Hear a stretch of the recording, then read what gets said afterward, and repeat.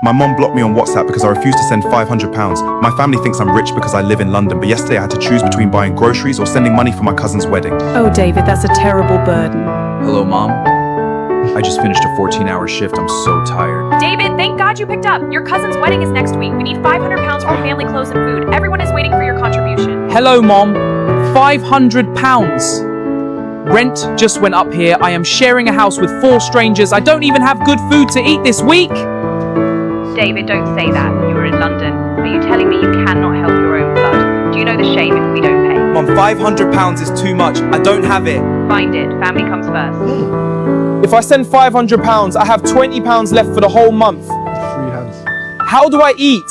How do I get to work? Mom, I can only send £50. I really don't have it. Things are hard here. £50 from London? David, you have changed. London has made you selfish. Your brother Michael told me you were just hiding money from us. She blocked me. My own mother. Oh, Michael, my brother sent me a WhatsApp message. What could it be? Because I just sent £700 for his school fees and feeding money. Okay, let me read the message. Since you want to starve our mom, don't ever call this house again. You are a wicked brother and son, but you live in London making so much money. David, you look like a ghost. Have you eaten anything today? I'm fine, Sarah, just thinking. I sent money home for my uncle's hospital bills last month, but I saw my brother wearing a 300-pound belt in a club right now. £300 belt in a club after you sent the money. Listen, look, I'd like to know if this is the real experience of those in the diaspora. I can imagine this is way realer than this AI. I assume it's an AI generated video. This AI generated video has created this. But again, shout out to the creator of this. Check the link in the description. Because sometimes we need to tell the stories that are not told. And I believe that this is most likely the story of many more people than many people believe. And this is probably why there is mental health. I don't want to use the term epidemic, but there is mental health has been on a rise over the last few years. Let me say it like that. And so negative mental health, let me be accurate, negative mental health situations and scenarios has been on the rise over the last few years, etc. Now, I'm really keen to understand if this is the experience of many of the people in the diaspora. Please, to any creators out there creating AI videos, at least try and keep one accent throughout the video. It was super weird going from the UK accent to the US accent and trying to just navigate with all of that. But David's story, is David's story a real story? Have you heard of David's story? Do you know someone going through David's story? Let me know in the comments below. Because as I hear this, it gets me on so many levels. It gets me on the level that I understand that I observed my dad, for example. I'll give you an example, right? My dad wasn't born in the UK, but I observed my dad go through situations where he needed to send money back home, right? I know that was the lingo. I've got to send money back home, right? To family back home that were going through things. Or obviously, I know a big thing in the Afro-Caribbean culture is when there's bereavement. If someone passes away in another country, funds have to get sent. Obviously, sometimes, most of the time, you got to fly out. Close friend of mine recently lost a parent in the Caribbean. He had to fly out with his whole family, him, his missus, and all of the children. So I know that this is real. But I want to clear a picture on how real this is. You know, last week I did a video on can Black British represent Britain? And that video got hundreds, like so many comments, right? Over 1,000 views, so many comments. And a lot of the comments helped me realize and rationalize that there's so many different views when we talk about these kind of things. There's so many different views. Like, my view is not the only view. There's so many different views. And I'm super keen on hearing views because the views help me understand how different people think about this, even though we live in the same land.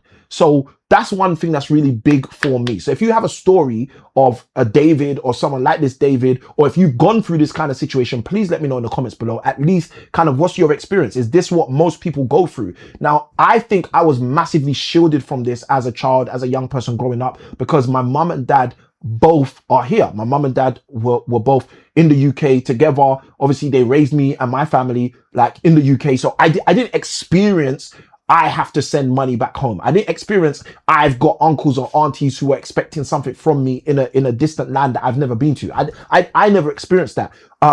From David's American and English accent, it sounds like he was born.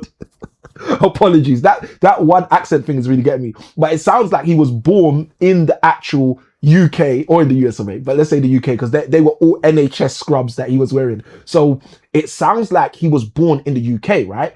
So because his accent was clean, etc. So these are the things that are kind of running through my head. Like, what do we do in those situations where people who have maybe never even been to a country that many people would say that's where you're from, right?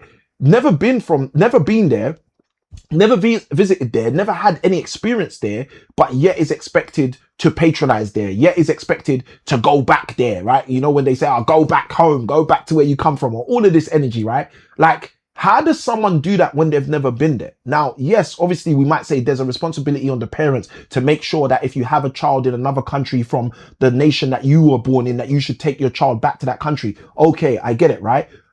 Maybe that is a thing. I don't even know if that's a thing. I grew up believing that was a thing. I grew up feeling a certain way about why my dad and mum didn't take me back to the country where they were from, so I could at least experience it, so I could at least see it. All right, I did feel a way growing up about that. And then fast forward to going to university, studying my first undergraduate degree. I remember it like it was yesterday. I said to one of my closest friends, I said to him, I haven't been to Nigeria because my parents never took me, right? And he looked me straight in the eye, and he said to me, you're an adult, you can't blame them. And I was like, oh snap, that makes sense. And I think that's the issue sometimes. We don't realize when we have to transition from saying, oh, it's my parents' fault they never took me, to now I'm an adult, I need to kind of muster up the £1,000, £500, £800, whatever it costs to get myself on a plane and go and see where my parents came from, go and see what may be immediate or second generation, third generation, fourth generation history for me, right? So I don't know, like my views on this are all over the place because of my own upbringing, and also because of the fact I know I'm super biased based on my experience. But like I said, that experience I had at university when my close friend said to me, you're an adult, you can't blame your parents anymore, that helped me because it made me realize, okay, my parents aren't to blame. My parents aren't the reason I still haven't gone back there. So it's now up to me to decide if I'm going to go, and if I'm going to go, when I'm going to go, and when I go, how I go. Like, am I going to go and rekindle with all the family that I never had the connections with all my life, or am I going to go and actually be like, no, I'm just going here on holiday and I'm going to stay away from anyone who has a similar or same surname, right? So these are all the dichotomies, and I think this is a real big issue. If I'm going to be totally honest, if I'm going to be extremely transparent, I think this is a massive issue. I think the video I did last week about Saka as an example not being able, according to certain people, to represent Britain because he's black, I think these things are super important topics to discuss. I think they're super important to discuss so that people who do fit the Saka demographic understand kind of how they're perceived from an exterior lens, and also so that people who do fit, again, that Saka demographic have an understanding of the importance from other people, maybe, you know, their lineage, i.e. their parents and their parents' parents, on the importance of them actually knowing where they originated from. Because what's happening right now, especially as I read through some of those comments on that other video, is people are talking about, no, like, you should only play football for your country, right? But again, this is where the calamity comes up, because how do you determine somewhere else your country that you've never been to? Like, I think that's really hard, right? So I don't know if I've got this one in the bag the way I like to have it in the bag, but it's definitely something that I'm interested in learning more about. It's definitely something I'm interested in having a discourse, debate, and deliberation about, because I like to know, I like to have a better understanding, or at least a handle, or at least, even if I can't have a better understanding or a better handle, I'd at least like to know what other people's understanding and handle is on the situation or topic at hand. So please let me know in the comments below if you've gone through something like David, if you're going through something like David, if you're a parent of someone like David and you think, yo, just send the money home, we want the money, we want the £500. please, I need the aunties, the uncles commenting on this one to actually let me know, yo, young boy, this is what you need to do. Hey, our sons, our daughters, this is what you need to do. We need to hear every voice in the comments on this one, because we need to understand what's expected from us. Some of us, you know, I know some of us in the community, their parents aren't there anymore for them to say to them, yo, this is what you need to do. You still need to go back even though you've never been. For those of us who have our parents here, come on, you can comment below. Let us know, what do you expect of your child that you've born in a foreign land to where you came from, who's grown up here, who only knows here, who you've never taken back here, or they haven't gone or ventured back here. What are your expectations of them? I'm interested in knowing. I'm interested in growing, and hopefully through the comment section of this video, we'll all be able to know and grow. With that being said, let me know in the comments below. And if you got value from this video, you know what to do. Like, comment, subscribe, become a part of the tribe. Side by side with that, this is Samuel ICanWin. I always say it, I'm going to say it again, small keys open big doors. And I look forward to seeing you on another video. Good day, God bless. Let's go. Small keys open big doors.